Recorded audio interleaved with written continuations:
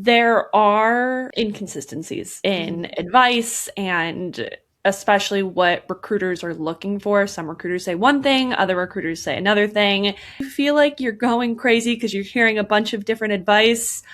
Just want to validate that a little bit.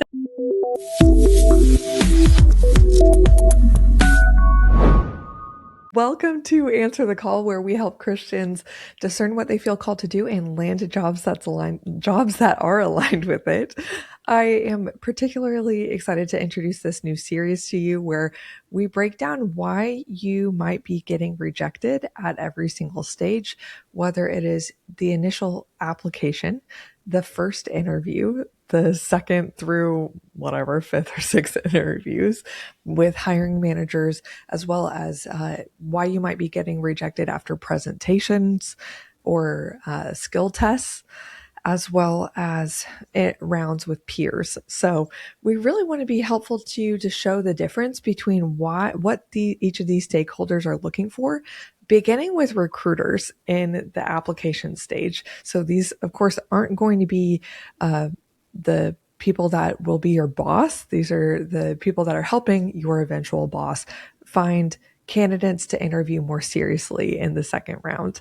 So I will, along with my lovely co-host Audrey Bagarus, break down the most common reasons that your applications may be getting rejected, as well as the lesser known reasons today. So super excited to bring this topic to you.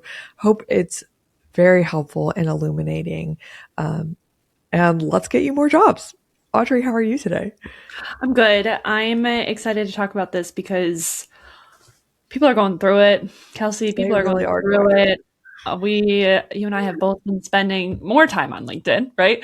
And I'm having a personal experience on LinkedIn where I think I used to see some people posting about things going poorly and see it more of complaining, but I'm having a lot more compassion. And don't get me wrong, I had compassion for these people before, but I think everyone's just trying to do it right, and it's not working for a lot of people. So I hope that this can be a resource for people that you don't have to take every single one of these steps and perform them perfectly, but maybe pick the top 3 or 4 that you could really focus on and try to perfect those. I put perfect in air quotes. Exactly. Yeah, I hope that at least half of this list is affirming to you of like, oh, well, I'm not doing that. Okay, that's not a reason I'm getting rejected. And maybe it's just a few finer points, like Audrey saying, that you are like, oh, thank you for bringing that up. I'll go adjust that right now and see how things are going to go better for me. And I really want to paint hope, because it is hard when you are really being fed mentally by doom and gloom and people aren't getting jobs anymore and whatnot. That's not true in our world. Of course, it can be difficult, but not forever. I truly believe you will get a good job eventually, Lord willing. And there are ways to speed up that process and get better job opportunities. We've seen that even recently with many clients, but one that's standing out in particular is Alex. She reached out when she had been applying for months through her unemployment journey and had submitted, at the point we met, 50 job applications, 0 interviews, perfectly qualified. And really, there was no reason that she should have been getting rejected for these applications. We helped her work through some of the things that we'll mention today. And I believe it was within about 2 months she had a job offer in hand that she would describe as her dream job offer. And so it can work out for you and you can get on the other side of this. We're excited to help. Maybe we should dive right in. Wait, you had a little poll question, Audrey. Is it worse? Leave it in the comments. Now that there's comments on Spotify as well as on YouTube, is it worse? Would you rather get rejected within 30 seconds by an auto reject or just never hear back? Which one is worse? I personally would rather just not hear back because I'd rather have auto reject. Oh, really? Yeah. I'm just like, hey, if you think I suck, don't tell me. Maybe it's a difference in personality. I like a closed loop, thinking, oh, okay. next one, next one. Next. I don't Next. have to, there's not hope that's attached to it. But Yeah, yeah, I that get could that. change based on season. I think both answers are reasonable. But yeah, leave it in the comments because I'm curious. I'm curious what people would say. Yeah, where do you fall? So let's dive into first section, most common red flags that are going to get you rejected by recruiters when you apply. And then we'll go into lesser known. So for this first one, we have 7 points. Audrey, would you like to kick us off with the first one? Yes. So the first one is having to no clear job target that you're applying to, or basically having too generic of a resume, and it looks like it could be made. It was made to apply to any kind of job. Mm-hmm. So that means that there's no obvious alignment with the job title or industry, or the summary and bullet points are pretty vague. And this is so easy to fall into when you just get into especially the high reps of job applications. And I would really encourage any listener to go back and just make sure that it is specific to one kind of job. You can have I'm using air quotes, general resume for that job. That's actually a really good tactic, a general resume for product marketing, but Mm-hmm. not a general resume for marketing. Mm-hmm. So basically, have have it tailored. Don't when somebody opens a recruiter opens your resume, which it might even just first be the application tracking system opens your resume. You want it to scream, "I am a product marketing professional that is looking for my next product management job." Mhm. um, and of course, that's the ideal. So, do Audrey and I help career pivoters kind of as our bread and butter? Yes, but I'll say generally, you're not going to get around this with recruiters. And so, if we're helping a career pivoter, we're often just trying to get around recruiters because this is what they're trained to do. And fair enough, they have pick of plenty of job applicants and can choose someone who has most likely a quote perfect experience. But I don't want you to get discouraged. This is probably just not the point for you. Like, let's kind of move on, and you can rather focus on our episode in the past titled How to Get a Job Without Applying. That is a little bit more network focused. And so we teach that totally separately. But if you are focusing on a strategy in which you are just traditionally applying to jobs, maybe via something like LinkedIn, you kind of can't get around this fact. So the second point is missing required qualifications. This should be somewhat obvious, so I'm not going to spend too much time on this. But if your resume does not show any or enough of the must-have skills for that are listed as must-have qualifications in the job posting, then the ATS sees that as a mismatch and filters it out. Potentially before a human sees it, although there is debate about that. Yeah, there's debate. I don't think that you're 1000% up against robots, but I do think that with high volume applications or job postings, with a lot of applicants, there is like a sorting of resumes that happens to help recruiters prioritize the ones that have the most requirements. Does that mean you should put the job description in white text in your resume? No, that is so shady and it will get you rejected immediately. Or just fake keyword load.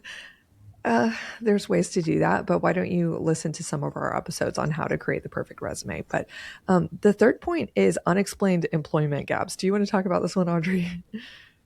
Yes. So we actually did an episode recently on this. The name is escaping me. Do you remember? It was in the fall of 2025. So sorry, I don't have the exact episode. That's okay. But Unemployment gaps. yeah, gaps of 6 months or more with no context. And they're not, gaps aren't bad. They're actually very normal. It's Yeah. not explaining those gaps that is the problem. And what you can do is just add a line, an italicized line of what you were doing. Or if you were doing freelance or consulting or something, add that as an actual experience. That is totally valid, and it demonstrates a lot of go-getterness. Yeah, Sorry. yeah, like create your That own little consulting shop. yeah. But also reasons like family care. Enough said. Or uh, closure of the company or 50% downsizing of the company, which shows that they're about to go out and that layoff was not personal at all. You could just share things like that. I believe I've mentioned this example before, but my husband in his last job, when he was hiring someone below him, um, he ended up loving the employee that he hired so much. Amazing guy, but he almost did not even accept him into the first interview round because he had 3 1-year stints in a row. But this guy had the forethought to realize this is going to bring up some doubts and questions. I want to nip that in the bud before they come up for the recruiter. So it turns out this guy just had tremendously bad luck. And so the first company was a startup that failed. The second one, he moved to be with his fiance, who's a doctor that got a residency in another state. And the third was another startup closure. And so he just put that in an italicized line to mention left because. And instead of being like, oh, okay, this guy is a flake, Kevin was like, oh man, I gotta talk to this guy. What a poor guy, you know? And so please do feel free to mention, not over explain, but do add context just so they're not left assuming the worst in the silence. And then I would say, let's go into number 4. You want to mention that? Number 4 is something that you will probably hear us say a lot in this series: sloppy errors. And what that looks like on your resume, it's typos, formatting, inconsistencies in that formatting. And there's really just no excuse because that signals carelessness, poor communication, bad follow through, attention to detail, all these things that are really crucial in a job. And if they see that indicated from the very first impression they have of you, I don't blame a recruiter for tossing that. I don't think that there's a reason your resume should have any mistake on it. Like, Mm-hmm. if that is supposed to be the main thing that you're using to get your foot in the door in a job, make sure that all of your dates are aligned and correct. Make sure that if you have page numbers, it's in order, correctly formatted, not missing or duplicated page numbers. That I see formatting errors or typos on uh, you know, maybe it's a little context clues of people that reach out to us and send their resumes are having some trouble, but it is an alarming number have formatting. And these people aren't losers, by the way. They have good experience that, but maybe they just didn't go through the extra step of sleeping on it and looking at their resume again the next day with a very like eagle eye or putting it in front of a friend. Because on first draft, it's totally understandable. I have myself, I remember someone called me out for an error where I had 2 positions that said X date to present. And the first present was capital P, and the second present was lowercase p. And she pointed that out. And I was like, okay, queen. Yep. Nope. Heard. And uh, I would recommend, I'm a paper person. So, in order to find if I'm doing my own resume, I would definitely print out my resume and really get in the nitty gritty there. And then obviously edit it on my laptop. and you could airplay it to your TV too.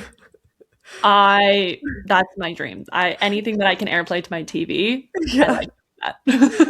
Yeah. Get a little roast, a friend roast together for Yeah, your have a whole night. If you got a bunch of friends who are job searching, have a resume resume roasting review. night. Yes. I love that.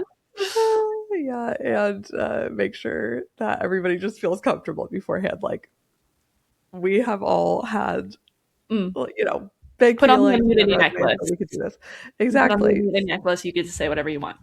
That's right. Okay. I think that we could clear through 5, 6, and 7 and move on like pretty quickly of these common reasons that your job application might be getting rejected and move on to the lesser known ones. But these are very, very important. So, number 5 is keyword mismatch. So, you might be writing your resume keywords and describing your skills that you believe are relevant to the jobs that you're applying to in your own preferred language or your prior company or current company's organization specific language, but it is not standardized to how most jobs job postings would describe those skills. So please do just make sure that you're using industry preferred standard language rather than your past employer's niche language, because it could make recruiters assume that you have a lack of industry familiarity. You could run your resume through ChatGPT and say, am I doing that? Like, am I using preferred phrasing, or is this showing any lack of industry familiarity? Like, what are the terms that are most important for XYZ job in XYZ industry? And just in case you need a little tech help on that. And as I say that, words don't immediately come to mind because you don't know what you don't know. So maybe this is a go to AI support kind of help, as well as maybe do some informational interviews with people in that field and ask them to look at your resume and roast it. I think that could be really helpful to squash that potential mistake. Number 6, you want to say it? Overly long resumes. So Yeah. if, I don't think you have to only have a one-page resume, but when Yeah, I you're don't think that. getting 3 to 4 pages for a mid-level career, it's too long, and it doesn't it reads as someone who doesn't understand what's relevant to that role, which is alarming as a recruiter. They want somebody who's focused, Yeah, who knows what's up, and can demonstrate that and communicate that. So, um, exactly. yeah, those mid-level careers, you don't need 3 to 4 pages. Going on to a second page, that's okay. One That's page okay. is sometimes hard to do, but if you can fit it on one page, definitely do that. Yeah, there's different quote rules that are thrown around here. One that I tend to go with, again, reasonable minds might disagree, but one I tend to go with is if you have 5 to 7 years of professional experience, to me, that is one page land. That is like probably don't go past unless I guess you had some really banger internships in college that were extremely relevant. Um, and that means that you have like more than 3 positions or up to 5 positions that you really want to detail. But most of the time, I think that you should really stick to one page if you're in that young professional range. And then past that is where maybe 10 to 15 years really warrants any level of going on to a second page. If you go to a second page, do you have to fully commit to filling it? Absolutely not. Please don't do that if you don't need to.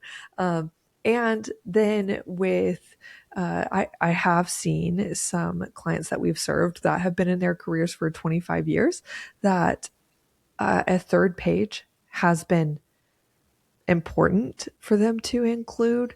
Not as, but this is where it gets really frustrating. If you are a senior level professional, I just want to acknowledge that you are going to get messages literally from recruiters that are like, hey, ew, no, can you send me a one page? Like, what is this 5 page situation? And then you will get a message from another recruiter that says, why are your positions from 1999 missing? I see that like from your college graduation date to the last job you had listed, it's like 5 to 10 years is missing. I need those. And it turns it into a 5 page resume. Have every single thing detailed. You can't summarize anything. I have had a client, do you remember Todd? He got kind of like clapped back at by a recruiter, like, no, give me the 5 page resume. And I have actively seen recruiters disagree about this on chats and posts on LinkedIn.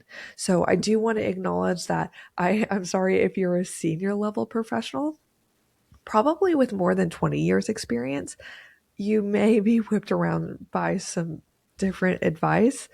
I would trend, if you were in that position, more towards highlighting your last 15 years of work, particularly all of that is relevant, with um, like 3 to 5 bullet points, with 2 to 3 bullet points for the older positions to describe what you did there. And then everything after, you could just list the job title, or earlier than that, you could just list the job title and the dates that you were there at that company. And if you really would like to, you can maybe include like one line about what you did there. So you could have that on the ready, and I hope that leaves you with a 2 to 3 page resume.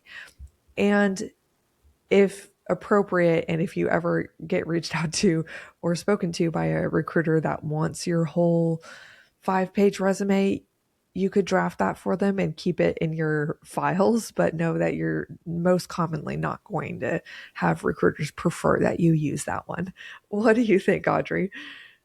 Yeah, absolutely. Definitely have the master document and that you can pull from. That would be the best strategy. And I agree with everything that you said. And just want to acknowledge that there are inconsistencies in Mhm. advice and especially what recruiters are looking for. Some recruiters say one thing, other recruiters say another thing.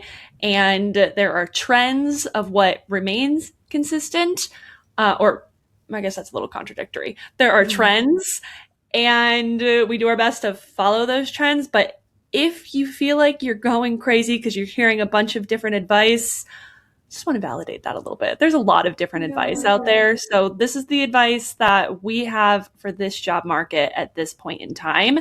And I would say the way that you laid it out is solid for covering like different kinds of markets that Yeah. people are operating in.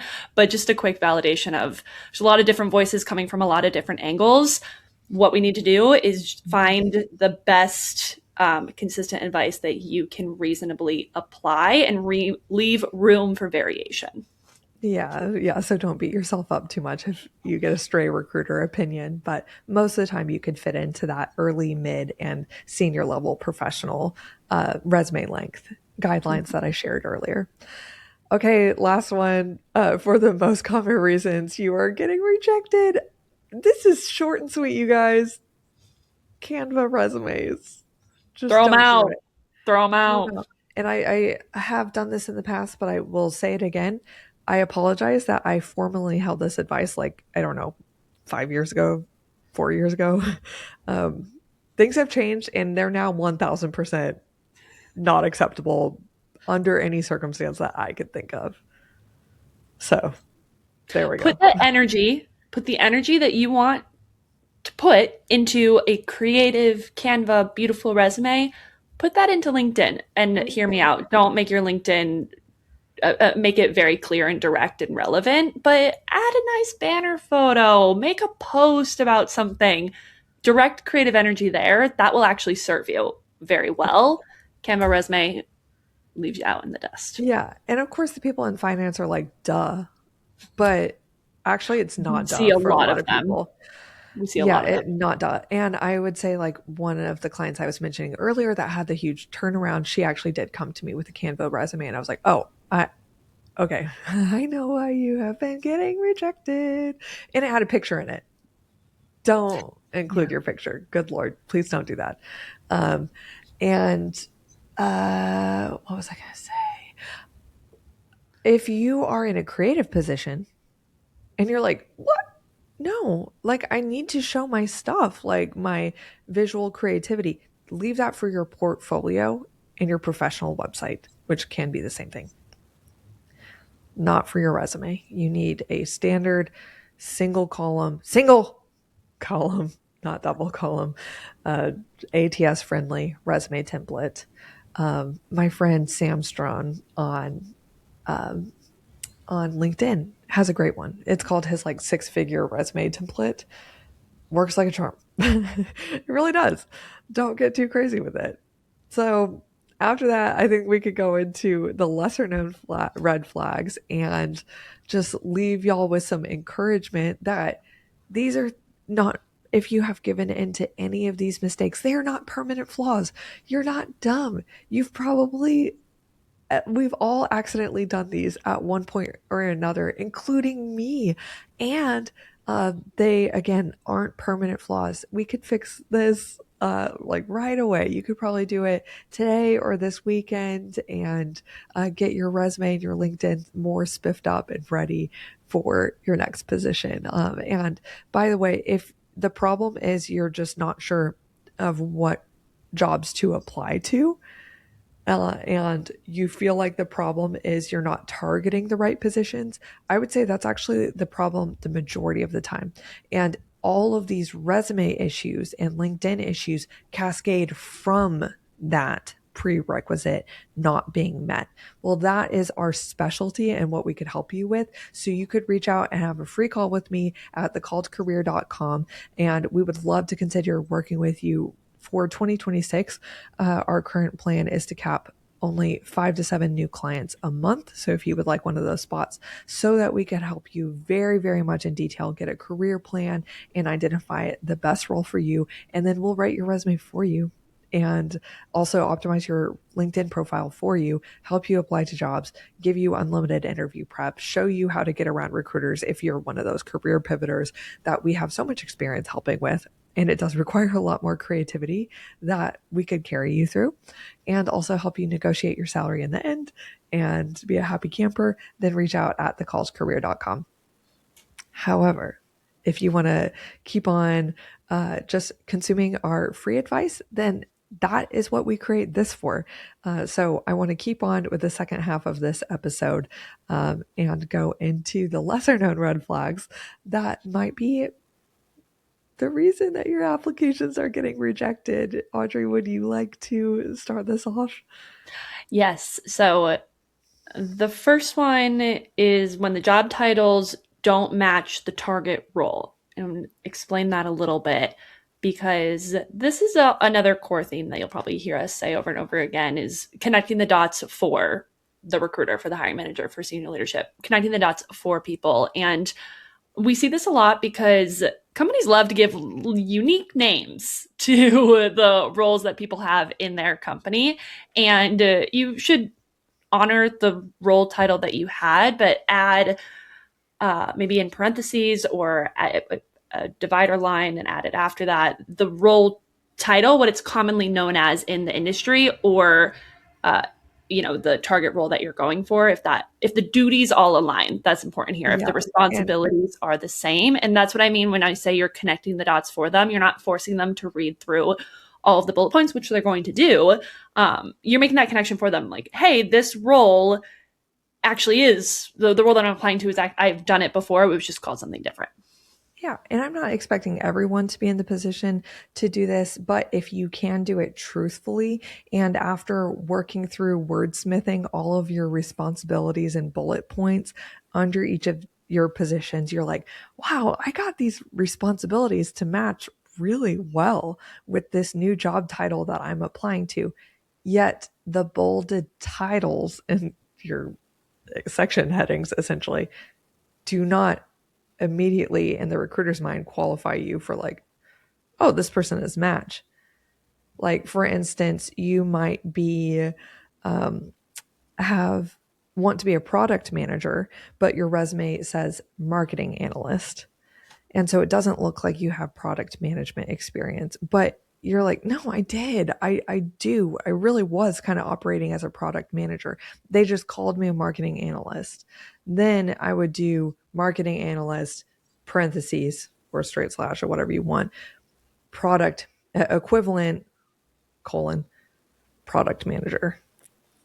That is one way that you could keep them hanging on of, like, oh no, there's some intrigue, there's some relevance here. I'm not going to throw them out, or I need to ask them what they mean by that. My brother-in-law had that happen of, he basically was working as a product owner consultant for the last like 5 years, like consulting on huge products. He would train other product managers how to be good at their job, or product owners. And then instead of he wanted to transition out of his own consultancy into being a leader within a product management department at a large startup. And this recruiter was trying to reject him because he did not have the title product management operations. And Hmm. he was like, getting into the nitty gritty, he's like, no, that's like basically all I've been doing based on your definition that you are giving me. And this girl was having the audacity to try to reject him. And so this is like a example of how he might kind of retitle his position as it is a product management operations equivalent. So if that can apply to you, please consider using that tip. And the second reason is that you might be getting rejected is your bullet points only describe tasks or responsibilities that you held, not results that you achieved. So this is in our resume advice episodes, which are all organized on our website, thecalledcareer.com/free. Or if you just go to our homepage in the navigation bar, oh my gosh, our precious Angel Gyra, our marketing manager, organize everything so beautifully. So basically, you have all of our work arranged in stages for you of like, here's how to discern your calling. Huge amount of free resources. Here's how to optimize your resume. Here's how to optimize your LinkedIn. On our resume section, you will have seen episodes where we talk about creating a metric based accomplishment bullet point rather than I manage customer support calls. That's a responsibility. An accomplishment or a result that you drove is handled a customer service call volume of whatever it is, I don't know, 100 calls per day with a 97% satisfaction or resolution rating. That's how you turned a responsibility. You're still saying, I held this responsibility, but you're also mentioning, as a result of holding that responsibility, I drove this result and achieved XYZ. My success was measured by this number.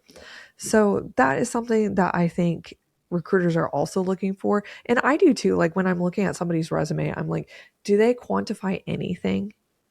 That shows that they're a bottom line thinker or like a first principles thinker.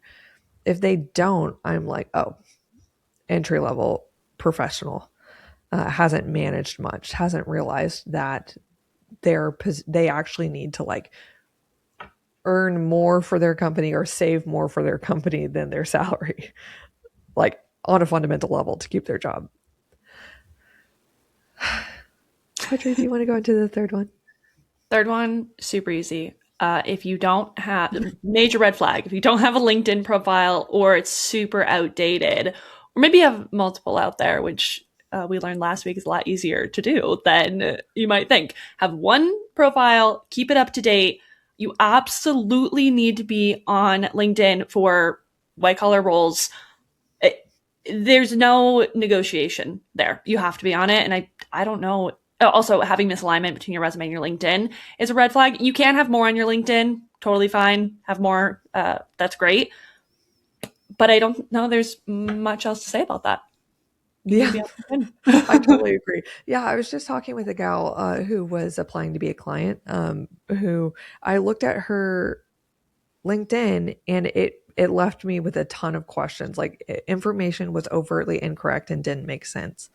And I asked her about it, and she was like, "Oh yeah, haha, I haven't touched that thing in 5 years."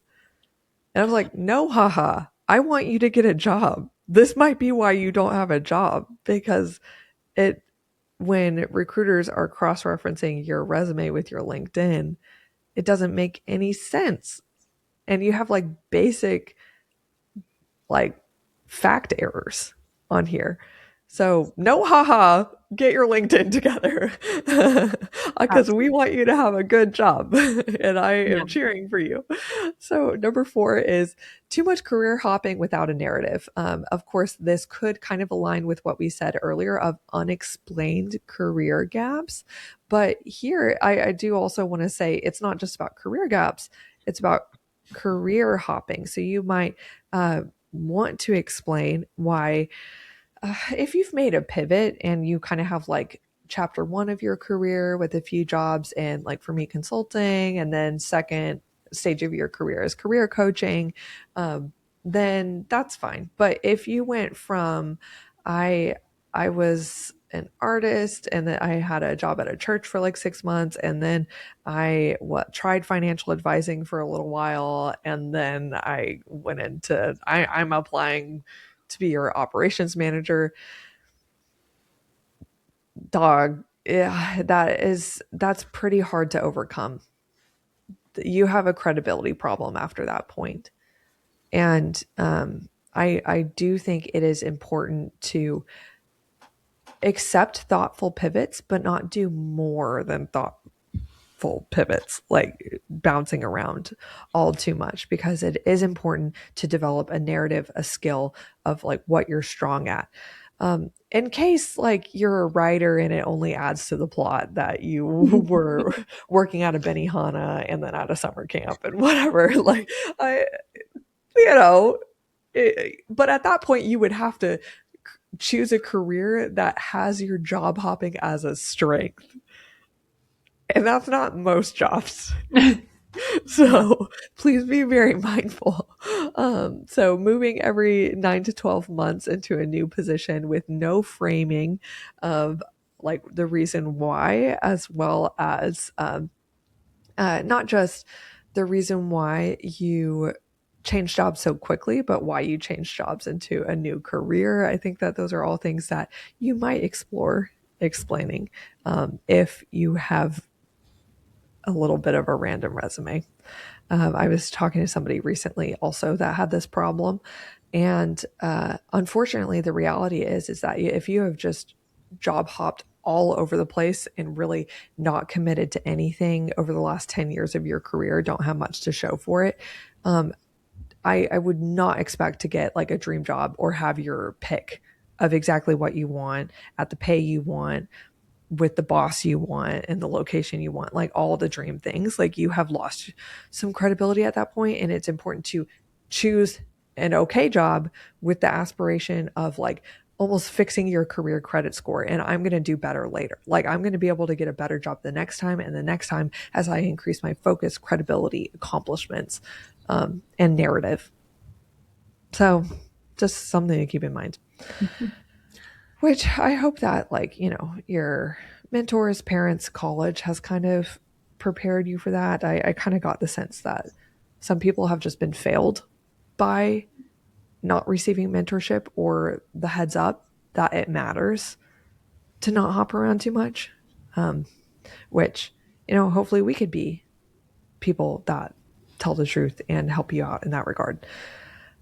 We're down to our last 2 points, and then we get to say sayonara. Don't worry, fam. You could do this. You could get a job. Are we last Okay. last two or last three here?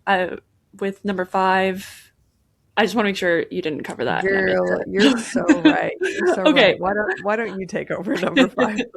Number five, applying way above or below your experience level. I think the more obvious thing here is if you're below, if you're underqualified, they will see that you'll take too much um, time and resources to ramp up, especially in this employer's market. They've got a lot of applications to look through, right? So if you're underqualified, I think we can all understand that. But it's the overqualified that I think provides a lot more confusion for people when they're thinking, how could I not get this job? I am literally overqualified. I have all of these things. But a recruiter seeing that and seeing they're not going to be here long. They're going to be bored in this. They're going to leave quickly. And it takes so much effort and resources, and it's hard to hire. It really is. So they want to invest in you. They want you to be there for a long time. If you're overqualified, that's their main concern, is that you're going to leave quickly. So hopefully that can clear up Exactly. why being overqualified can be a bad thing and can lead to your application getting rejected, and really make a case for applying within that range that you are qualified for. Spend your This time might there. Yeah, I feel the pain of the people that we've helped as clients that are like, I am so offended by getting rejected for these low-level jobs that I'm open to taking out of humility in order to make a career pivot. I totally hear that. This might actually be one of the few circumstances in which we would maybe context matters, support a summary or an objective statement. Objective statements generally are like insanely like out of fashion. Like, don't do that on a resume. But you might, if you have been like executive director of a nonprofit, big deal. And you're applying to be like the manager of a pet shelter or something. And you might be benefited by having a sentence at the top of your resume that says, I have 2 young kids and am joyfully focused on having a lower seniority role in the years ahead, 4 years ahead. Like, say that you are committed to this new life stage, and that's more like on the 2 to 5 year range. You also might be benefited by doing more relationship kind of networking based job search approach, where you put the feelers out and say like, hey, I have accomplished all these big things. I'm no longer prioritizing like a high response, I shouldn't say high responsibility position, like a executive position. I would like to, I realize my sweet spot is operating at the middle manager level. I want that again. I'm not a flight risk. Like, kind of do it through word of mouth. So then the person that's vouching for you can do that with a recruiter and say, hey, give her a chance or him a chance. Sorry, I don't mean to make it a gendered thing, but that's an example. I feel like that's mostly happened with the women in my life for some reason, because they, are taking a demotion for a reason. Anyway, number 6, no quantifiable achievements. Low performance. Recruiters rely on metrics, so please do make sure that you include those to show that you are performance oriented. And the 7th is cover letters that are overly explainy and sound defensive or just are weird. I want to acknowledge that most of the time I truly believe that recruiters aren't even reading cover letters, so that is a thing. But if they do, don't be overly explainy and defensive. Most of the time we just have our clients say something like, I know you need a blah, blah, blah role, who can, and then you reiterate elements of the job description, of the key results or responsibilities that they are looking for you to hold. And then you could say, I've done this at blah, blah, blah company before, delivering, you could insert your top 3 qualifications or favorite bullet points from your resume. Should this pique your interest, I'd be honored to continue the conversation with a first interview. That could be your whole cover letter. If you do need to explain something, I guess you can, but we kind of gave you more permission in this episode to include little italicized explainy lines in your resume, seeing that so much of the time recruiters are not opening the cover letter or certainly reading your whole paragraph about why your life has changed. So those integrate the explanation into existing resources for them. Well, that's what we got for you, fam. If you have some follow-up questions and know that you need a deeper level of help and are ready to take your career to a more meaningful, excited, committed level, then I invite you to apply to work with us at thecalltocareer.com. It starts with a free consultation. And if it seems like we're a match, we could get you signed up from there. And that's what we got. Please come back next week for the next step in the series of why you might be getting rejected after the first interview, or the phone screening as it's called, with a recruiter. Bye. Bye. Thanks for listening to today's episode. To get an even more meaningful head start into your calling, head to decalledcareer.com, where my fellow career coach Audrey and I have created a whole suite of free resources and tools to help you get clear and get a job today. For those who are definitely ready to land a job or start a business in the next 6 to 12 months, we're here to help you biblically and practically discern your calling through coaching, reflection, and deep market research. Identify the job that's aligned with it, even if you currently have no idea what you want. Rebrand your resume and LinkedIn to translate your background to appeal to your future boss. P.S. We take this off your plate and do this for you. Also, we'll teach you how to land referrals and get attention from leadership through networking. Again, if that makes you nervous, we have these emails and LinkedIn messages literally written for you so you don't have to sweat. We're also here to give you unlimited interview practice so you're prepared to address every elephant in the room and knock selling yourself out of the park. Then we'll round out with helping you negotiate your salary so you land thousands more. Just so you know, recent clients have gotten $8,000 to $50,000 salary increases, even though they were totally non-traditional candidates. That's because we specialize in helping non-traditional career pivoters land jobs they're ecstatic to serve in. It takes work, but we're here to see you through until the end, when we're celebrating that day that you send me an email in all caps and you say, Kelsey, I got the job. Then you could be on the podcast. But I'll be here until then, keeping you accountable and encouraged by meeting with you literally until you land the job you want, even if that's up to 6 months from now within our program. Apply to join at thecalledcareer.com, and I'll see you next week here at Answer the Call. Bye for now.